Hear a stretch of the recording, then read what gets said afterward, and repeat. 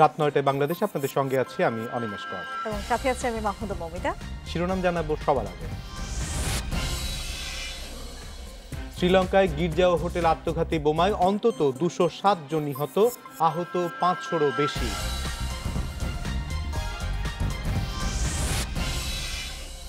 বোমা হামলার পর শ্রীলঙ্কায় অনির্দিষ্টকালের কারফিউ জারি, সামাজিক যোগাযোগ মাধ্যম বন্ধ।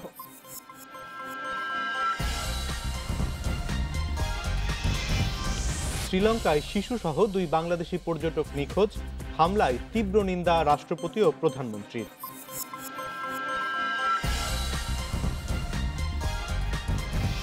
শ্রীলঙ্কায় বোমা হামলা পরবর্তী ঘটনা আমাদের জানিয়েছেন সেখানকার সাংবাদিক মাদুস্কা বালাসুরিয়া। আমরা তার কাছ থেকে শ্রীলঙ্কার সবশেষ পরিস্থিতি কি সেটি জেনে আসব। Is a curfew in place. It was supposed to take place at 6 p.m. Sri Lankan time for 12 hours, but now it has been it took place a few hours prior to that, and they've not given a time frame for the curfew. So as it stands, we don't really know how long it's going to take. The latest update is that 7 arrests have been made. The police believe that most of the attacks were carried out by suicide bombers and that it was carried out by a single group. That is what the State Minister of Defense has said as the latest update. In terms of what the government is doing, yes, there's the curfew, and so the curfew is there to make sure that there are no more casualties. I don't know, I hope not.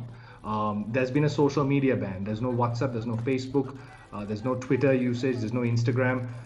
So because of that, the dissemination of false information and the ability of people who might be wanting to seek revenge to coordinate is less. So I'm hopeful that there won't be communal clashes, but Sri Lanka, of course, in its past has seen its fair share of communal clashes, and an incident like this, you know, where it is clearly planned out and it's targeting a particular religious group.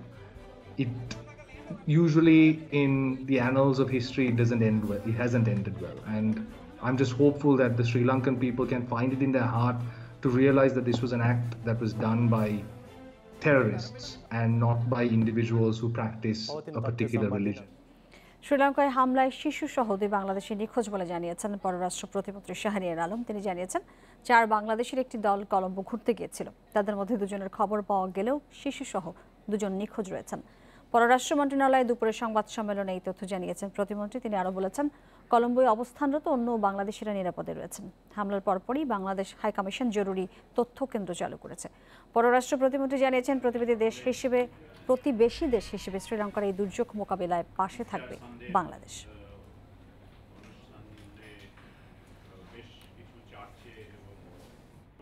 বাঙালি পরিবার বা সদস্য যে কেউ যদি সফর করে থাকেন তারা যেন তাদেরকে সেখানে জানান, এবং কোনো সহযোগিতার প্রয়োজন হলে আমরা সবসময় সেটা করতে প্রস্তুত। আমরা এ পর্যন্ত 2 জন বাঙালি আনঅ্যাকাউন্টেড।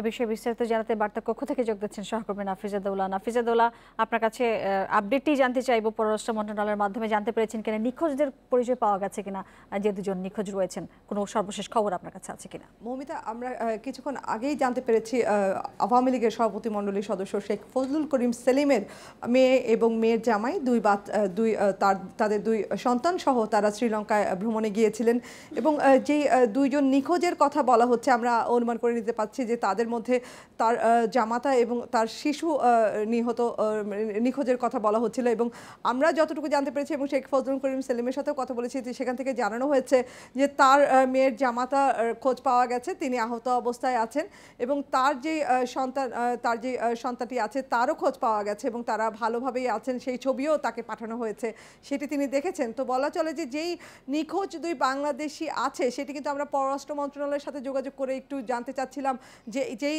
দুজন নিখোঁজের কথা বলা হচ্ছে এরাই তারা কিনা সেই বিষয়ে আসলে এখনো আমরা পররাষ্ট্র প্রতিমন্ত্রীর সাথে যোগাযোগ করতে পারিনি, তবে যে অনুমান করে নেওয়া হচ্ছে যে যেই দুজন নিখোঁজের কথা বলা হচ্ছিল তারা এই দুই ব্যক্তি এবং তার শিশু সন্তানটি, এবং যাদের খোঁজ পাওয়া গেছে। আর এই বিষয়টি কিন্তু আমরা যতটুকু দেখেছি বিভিন্ন গণমাধ্যমের মাধ্যমে ব্রুনাইতে প্রধানমন্ত্রী শেখ হাসিনা একটি যেই অনুষ্ঠানে যোগ দিয়েছেন সেখানে তিনি এই দুজনের কথা বলেছেন।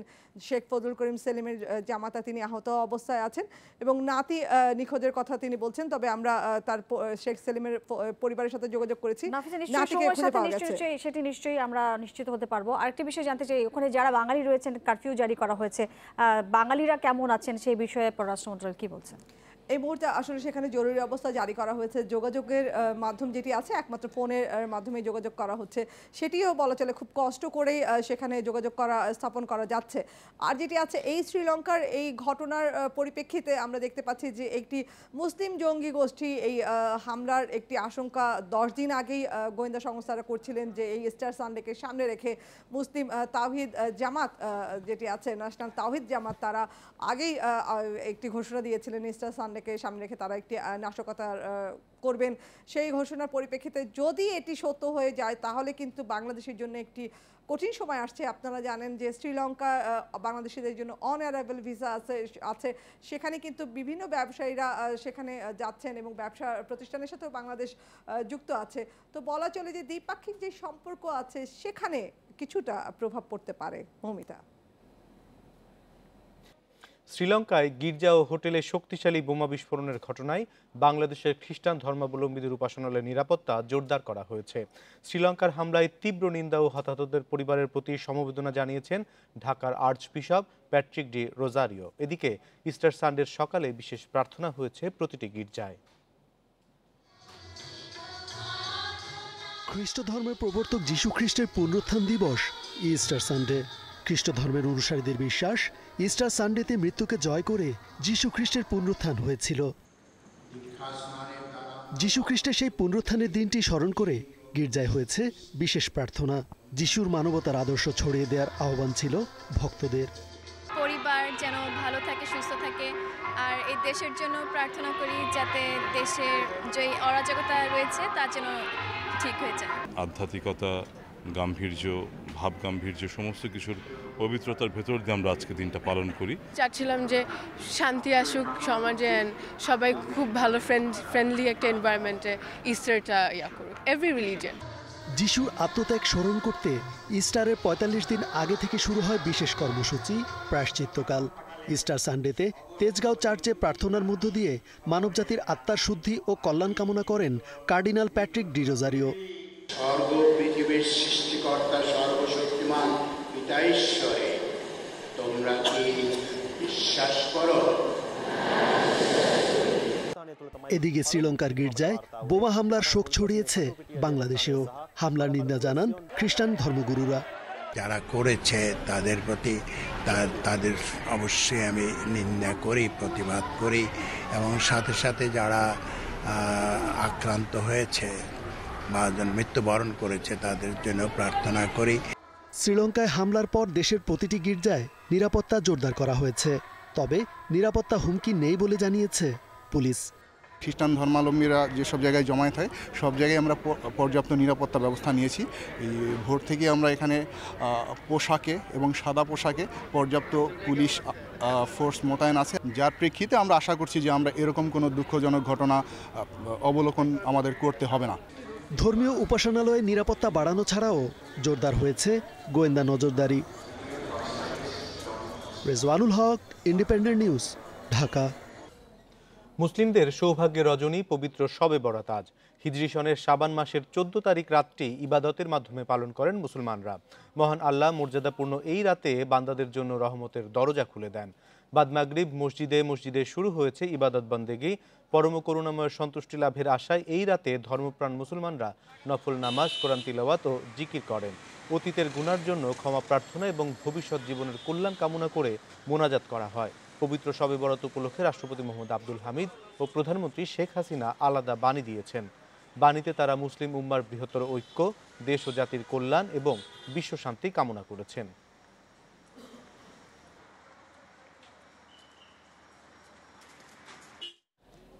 এই মুহূর্তে গুলশান কেন্দ্রীয় মসজিদের সামনে আছেন সহকর্মী আশিক হোসেন। শবে বরাতের খবর জানবো তার কাছে। আশিক, শবে বরাতের কি কি আনুষ্ঠানিকতা চলছে এবং মসজিদে লোক সমাগম কেমন দেখছেন?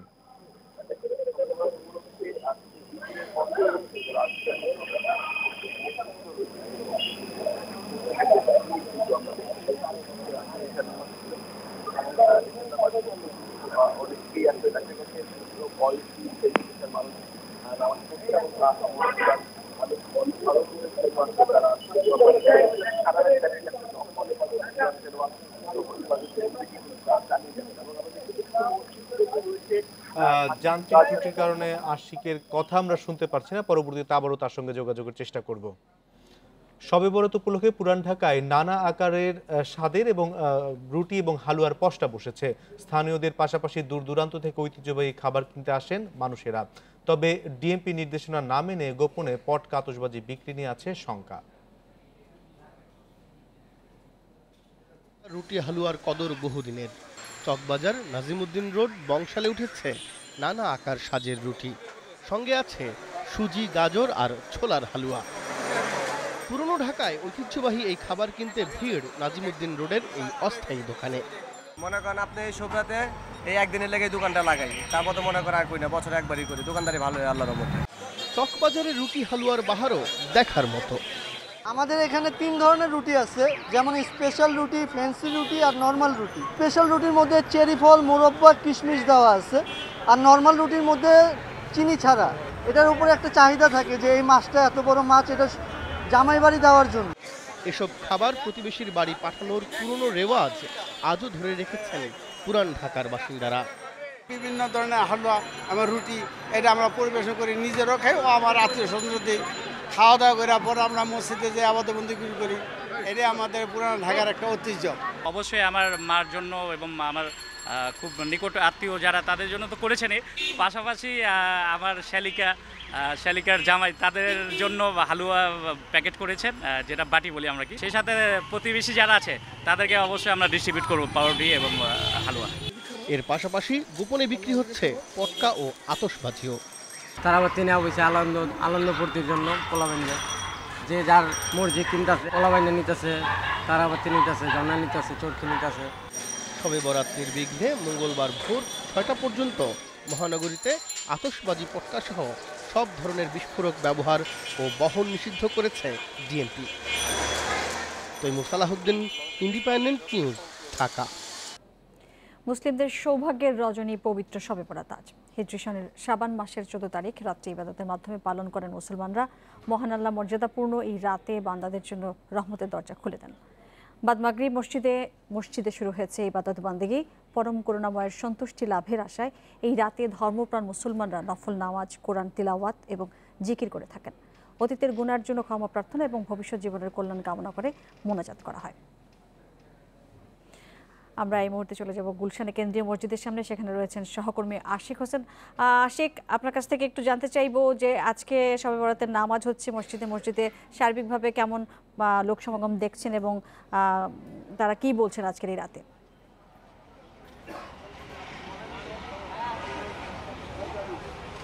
দেখুন, সন্ধ্যার পর থেকে কিন্তু মূলত রাজধানী ঢাকা সহ সারা দেশের যে মসজিদগুলো রয়েছে সেই মসজিদগুলোতে কিন্তু মুসল্লিরা নামাজ পড়তে এসেছিলেন। মাগরিবের পর এশার নামাজ কিছুক্ষণ আগে শেষ হয়েছে এবং এই মুহূর্তে আমি রয়েছি গুলশানের সেন্ট্রাল মসজিদ, যেটি আজাদ মসজিদ নামে পরিচিত, সেই মসজিদে।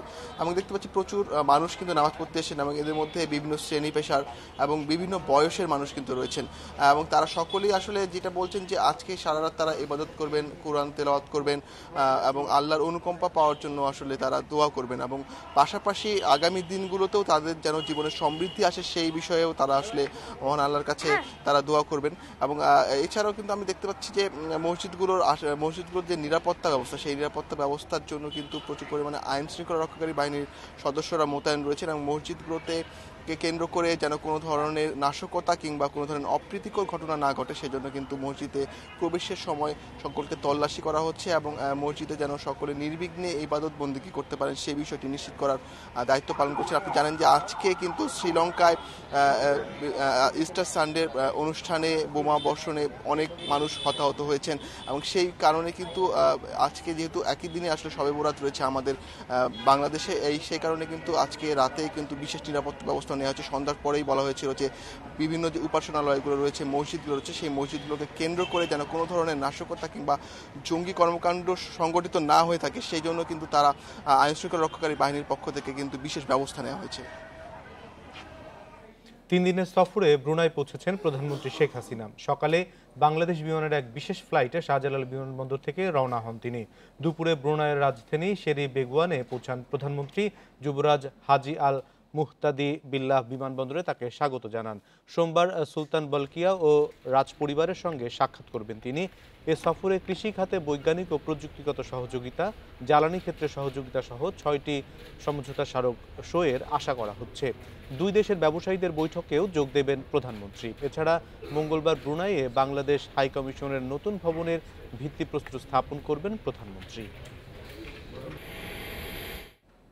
দলীয় চাপের কারণেই আপাতত শপথ নিচ্ছেন না একাদশ জাতীয় সংসদ নির্বাচনে বিজয়ী বিএনপি নির্বাচিত সংসদ সদস্যরা। দলের সিদ্ধান্ত অমান্য করে শপথ নিলে বহিষ্কারের ঝুঁকি রয়েছে সদস্যপদ হারানোর সম্ভাবনাও। তাই দলের সম্মতি ছাড়া শপথ নিতে চান না তারা। বিএনপি নেতারা মনে করছেন দলীয় সিদ্ধান্তের বিরুদ্ধে গিয়ে কেউ শপথ নেবেন না।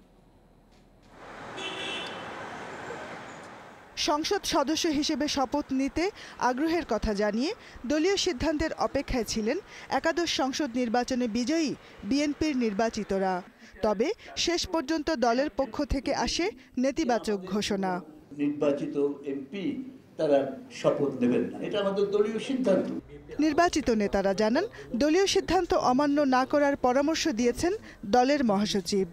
আমি সংসদ সদস্য নির্বাচিত হয়ে আমি দলের কমান্ড ভেঙে কেন আমি সংসদে যাব? তা আমি চাই না যে আমি দলীয় সিদ্ধান্তের বাইরে গিয়ে শপথ নিয়ে আমি মীর জাফরের ভূমিকায় আমাকে মানুষ দেখবে। যদি সরকার নমনীয় হয়, যদি মনে করে তাকে প্যারোলে নয়, যদি বেলেবল সেকশনে তাকে জামিন দেওয়া হয়, অবশ্যই আমরা এই বিষয়টা ভেবে দেখব। উনি আমাদেরকে সতর্ক করেছেন, একরকম বলা যায় যে দলীয় গঠনতন্ত্রের ব্যাপারেও আমাদেরকে অবহিত করেছেন এবং দলীয় সিদ্ধান্তের বাইরে ব্যক্তিগতভাবে যেন আমরা কেউ কোনো পদক্ষেপ গ্রহণ না করি। সেই ক্ষেত্রে দলীয় সিদ্ধান্ত লঙ্ঘনের জন্য যেটা ব্যবস্থা গ্রহণ করা সেটা তিনি করতে বাধ্য হবেন। কেন্দ্রের সিদ্ধান্ত অমান্য করবেন না নির্বাচিতরা, এমনটাই মনে করছেন সিনিয়র নেতারা। এমনকি গণমাধ্যমের সঙ্গে এ নিয়ে কথা না বলার নির্দেশনাও রয়েছে। আমাদের যে 6 জন তাদেরকে নিয়ে অলরেডি আমাদের মহাসচিব কথা বলেছেন দলের সিদ্ধান্ত অনুযায়ী, এবং পরিষ্কার বলে দেওয়া হয়েছে তাদের যে তারা দলের সিদ্ধান্তের বাইরে কিছু করবে না এবং কোনো কথাও বলবে না। কাজে আমরা বিশ্বাস করি না যে তারা কেউ দলের সিদ্ধান্ত অমান্য করে সংসদে যাবে। 30 এপ্রিলের মধ্যে শপথ না নিলে নির্বাচনে জয়ীদের আসন শূন্য ঘোষণার বিধান রয়েছে সংবিধানে। Jahanara Parvin, Independent News, Dhaka.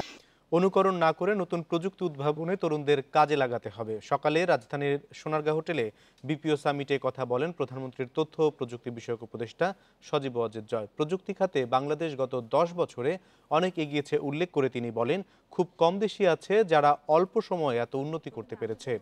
এখন শুধু শ্রমিকদের দক্ষতা বাড়ালেই হবে না, জ্ঞান অর্জন করে চতুর্থ শিল্প বিপ্লবের জন্য প্রস্তুত হতে হবে। সেজন্য সরকার তথ্য প্রযুক্তি খাতে বেশি গুরুত্ব দিচ্ছে বলে জানান তিনি। এজন্য প্রতি বছর 50,000 মানুষকে প্রশিক্ষণ দেওয়া হচ্ছে। 2 দিনের এই সম্মেলনে যোগ দিয়েছেন দেশ বিদেশের 132 জন প্রযুক্তিবিদ।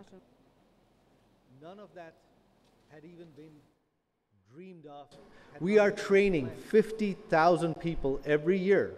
প্রযুক্তির উপর আমরা প্রতি বছর 50,000 মানুষকে প্রশিক্ষণ দিচ্ছি যেন তারা এ খাতে আসতে পারে। নিজের উদ্ভাবনী শক্তি খুঁজতে হবে, নতুন প্রযুক্তি সম্পর্কে জানতে হবে, তাহলে নতুন কিছু উদ্ভাবন করা যাবে। Find new technologies. Don't imitate. দেশের টেকসই উন্নয়ন নিশ্চিত করতে হলে অর্থনীতিতে প্রতিটি মানুষের অংশগ্রহণ প্রয়োজন বলে মন্তব্য করেছেন অর্থনীতিবিদ কাজী খলিকুজ্জামান। প্রধানমন্ত্রী শেখ হাসিনার নেতৃত্বাধীন সরকারের 10 বছরের উন্নয়ন এবং অগ্রগতি নিয়ে আলোচনা সভায় একথা বলেছেন তিনি। এক দশক আগে একজন খেটে খাওয়া মানুষ দৈনিক আয় দিয়ে কিনতে পারত মাত্র 7 থেকে 8 কেজি চাল। বর্তমানে আয় বাড়ার পাশাপাশি বেড়েছে ক্রয় ক্ষমতাও। একদিনের আয়ে এখন অন্তত 15 কেজি চাল কিনতে পারছে খেটে খাওয়া মানুষ। এভাবে বেড়েছে সকল শ্রেণী পেশার মানুষের আয়। 10 বছরে দারিদ্র্যের হার 41% থেকে নেমে এসেছে 20%। অতি দারিদ্র্য কমেছে অর্ধেকের বেশি। গত এক দশকের সাফল্য নিয়ে আওয়ামী লীগ আয়োজিত সেমিনারে অর্থনীতিবিদরা বলেন, যোগ্য নেতৃত্বের কারণেই সাফল্য এসেছে দেশের অর্থনীতিতে। ক্ষুদ্র এবং মাঝারি শিল্প গড়ে তুলতে হবে এবং সেটা চলার জন্য সবাইকে অংশগ্রহণ করতে হলে গ্রামে গ্রামে মানুষকে শিল্পায়নের দিকে নিয়ে আসতে হবে। সেটাই হচ্ছে দার্শনিক ভিত্তি, মানে মানুষকে অংশগ্রহণে নিয়ে আসতে হবে। বিভিন্ন রাজনৈতিক দলের নেতিবাচক কার্যকলাপে প্রতি বছর দেশ হারাচ্ছে 2% প্রবৃদ্ধি। তবু বর্তমানে বঙ্গবন্ধুর স্বপ্নের বাংলাদেশ বাস্তবায়ন হতে শুরু করেছে বলে দাবি করেন আওয়ামী লীগ নেতারা। বাংলাদেশে যদি নেতিবাচক রাজনীতি না থাকে, পলিটিক্স অফ ডিনায়াল এবং পলিটিক্স অফ কনফ্রন্টেশন, এটি যদি না থাকে, বাংলাদেশের জিডিপি গ্রোথ রেট আরও 2% বাড়বে। দেশ স্বাধীন হওয়ার পর তিনি যে পরিকল্পনাগুলি গ্রহণ করেছিলেন, আজকে কিন্তু মাননীয় প্রধানমন্ত্রী তার বক্তব্যে অনেক আগে বলেছেন যে প্রত্যেকটি জিনিসই কিন্তু বঙ্গবন্ধু এইগুলি সূচনা করে গিয়েছিলেন। আজকে তিনি সেগুলি বাস্তবায়িত করছেন। জননেত্রী শেখ হাসিনার নেতৃত্বে নতুন উচ্চতায় বাংলাদেশ এসে গেছে, এটিকে আরও উচ্চতর জায়গায় নিয়ে যায়, স্থানে নিয়ে যায়। গত এক দশকে দারিদ্রতা কমেছে ব্যাপকভাবে, কিন্তু এর হার আরও কমিয়ে টেকসই করা সরকারের জন্য বড় চ্যালেঞ্জ বলে মনে করেন অর্থনীতিবিদরা। রিশাদ হুদা। এইচএসসির পদার্থবিজ্ঞান প্রথম পত্রের পরীক্ষার প্রশ্নপত্রে 3টি প্রশ্নে ভুল পেয়েছে বোর্ডের পরীক্ষা সংক্রান্ত কমিটি। বোর্ডের সমন্বয়ক বলছেন, যেসব পরীক্ষার্থী ভুল প্রশ্নে উত্তর দিয়েছে তারা পুরো নম্বর পাবে। এই ভুলের জন্য যারা দায়ী তাদের বিরুদ্ধে কড়া ব্যবস্থা নেওয়ার কথাও জানিয়েছে শিক্ষা বোর্ড। এইচএসসির বিজ্ঞান বিভাগের শিক্ষার্থীদের পদার্থবিজ্ঞান প্রথম পত্র পরীক্ষা হয়েছে শনিবার। ঢাকা বোর্ডে এই বিষয়ের প্রশ্নপত্রের 4 নম্বরের ঘ প্রশ্নে গাণিতিক ভুল, 5 নম্বরের গ এবং 7 নম্বরের ঘ প্রশ্নেও গাণিতিক ভুল ধরা পড়েছে। সিলেট বোর্ডের প্রশ্নপত্রেও 2টি ভুল প্রশ্ন করা হয়েছে।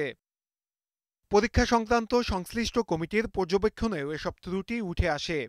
4-এর ঘ অংশে যে ত্রুটিটা, সেটার মডারেটররা যদি আরেকটু সচেতন হতেন তাহলে এটা আসতো না। এবং 5 নম্বর প্রশ্নে উদ্দীপকের যে সমস্যাটা, সেটাও যদি সেটা মডারেটর একটু কেয়ারফুল হতেন তাহলে এই সমস্যাটা আসতো না।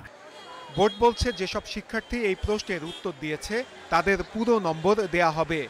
যদি এই প্রশ্নটির আনসার করে থাকে তাহলে, বা আনসার করা যদি সে চেষ্টা করে, তার খাতে যদি এটা লিপিবদ্ধ থাকে, তাহলে ওই প্রশ্নের জন্য যে নম্বর থাকে সে নম্বরটি শিক্ষার্থীর প্রাপ্য হয়ে যায়। প্রশ্নে কিভাবে ভুল হলো তা নিয়ে তদন্ত চলছে।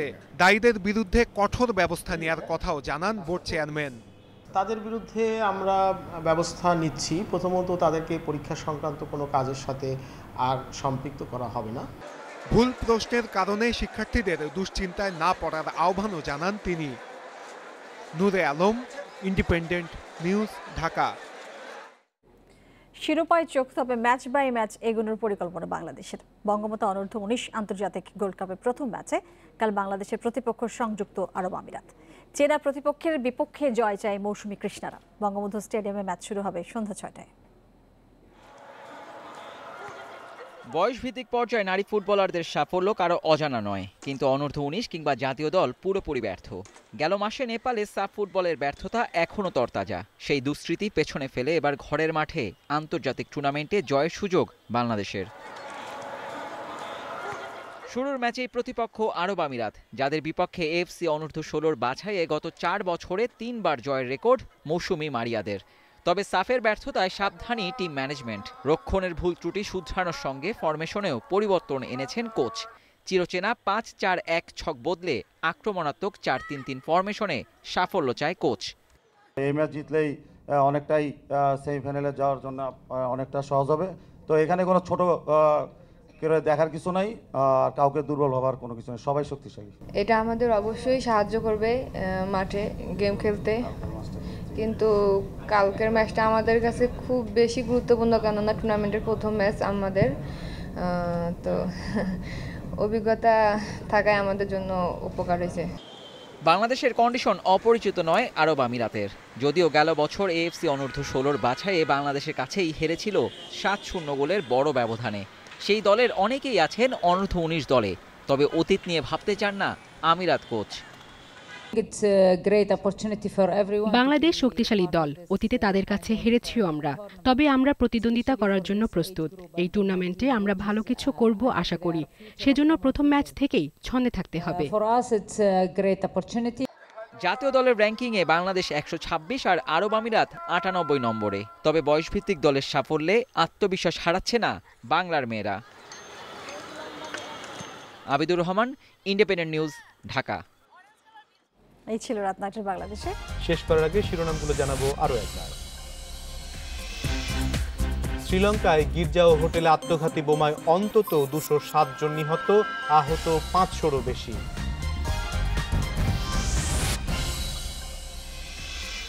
বোমা হামলার পর শ্রীলঙ্কায় অনির্দিষ্টকালের কারফিউ জারি, সামাজিক যোগাযোগ মাধ্যম বন্ধ।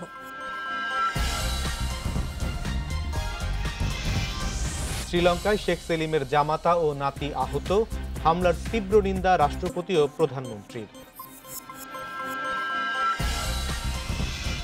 এই ছিল এখনকার সংবাদ। এতক্ষণ সাথে থাকার জন্য আপনাদের সবাইকে ধন্যবাদ।